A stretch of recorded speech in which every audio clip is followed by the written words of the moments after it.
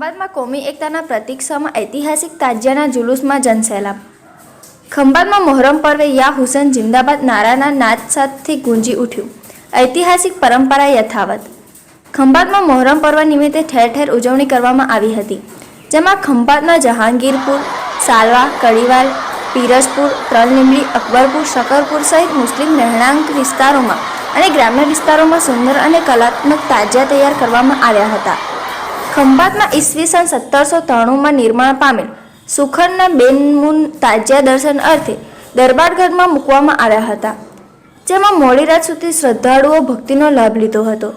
10મા દિવસે ખંભાતમાં વહેલી સવારથી મોહરમ પર્વ નિમિત્તે તાજિયા મુબારક, અલમ મુબારક સહિત જુલુસ કાઢવામાં આવ્યું હતું, જેમાં વડોદરા, લખનઉ, ભરૂચ, સુરત, અજમેર સહિતના દરેક સમુદાયના લોકોનું દર્શન અર્થે જનસેલાબ ઉમટ્યું હતું।